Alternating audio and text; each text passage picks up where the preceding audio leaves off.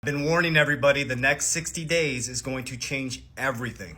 What happened this weekend caused massive fear in the markets. You could feel the anxiety go through the roof, but you have to peel the layers back much deeper.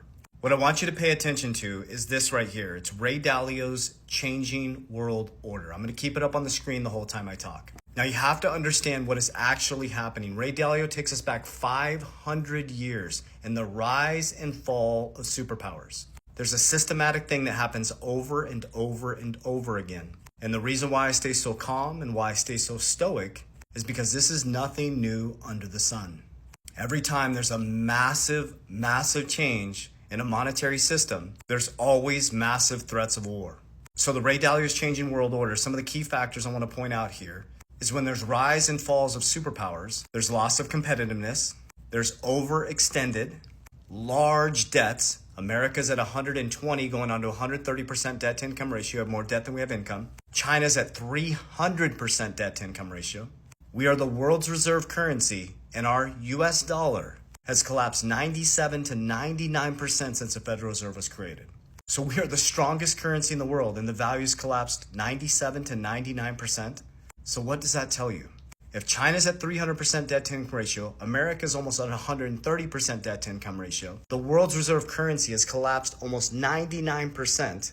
Wouldn't that tell you that there's a change coming in? And is it ironic that all of a sudden there's a World War III narrative? Study history. What happened after World War II?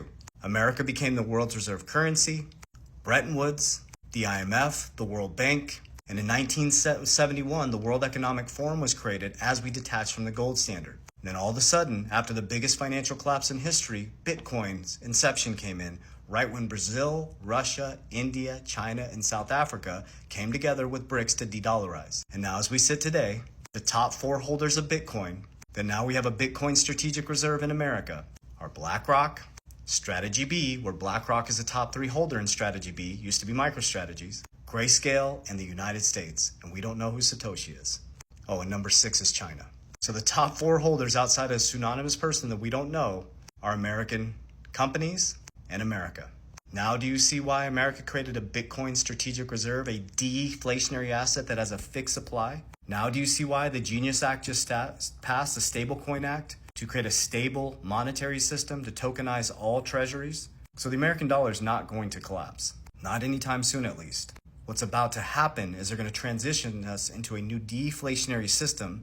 Things like Bitcoin, XRP, the stablecoin is going to tokenize all treasuries. You're going to go into adoption in banks. That is the next rules that are coming out, the framework for banks. And the new oil families are going to be people owning the rails. Used to be the railroad tracks, industry, and oil.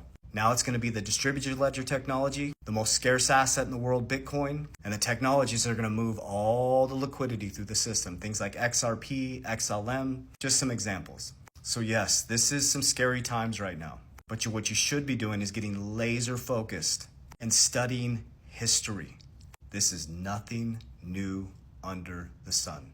Study how many times the leader of Israel has said they're weeks, months, or very close to a nuclear weapon. This has happened over and over and over again. Now my heart goes out to all the families all over the world. Everybody being affected by this. I'm going to stay in my lane in macro and microeconomics. And unfortunately, as we look this way, there's always another narrative going on this way. When we wake up and all the dust settles, Bitcoin's going to be the Bitcoin strategic reserve, the new deflationary asset's going to be the digitized gold. Companies like Ripple will become one of the biggest disruptive companies in the financial system in history. Companies like Circle are going to be some of the biggest companies. Ripple's going to become a bank. Coinbase is going to become a bank. Kraken's going to become a bank. And banks are going to transition to custodying crypto and begging for you to allocate some of your portfolio into Bitcoin because they want your assets under management. There's a reason why, if you go watch David Sachs' recent video where he said the quiet part out loud, banks were involved in the creation of the Stablecoin Act. So go deeper and understand what's actually happening. After each world war, there's massive changes in your monetary system. And this will be no different. Warriors, rise! Get your shit together. Love you guys.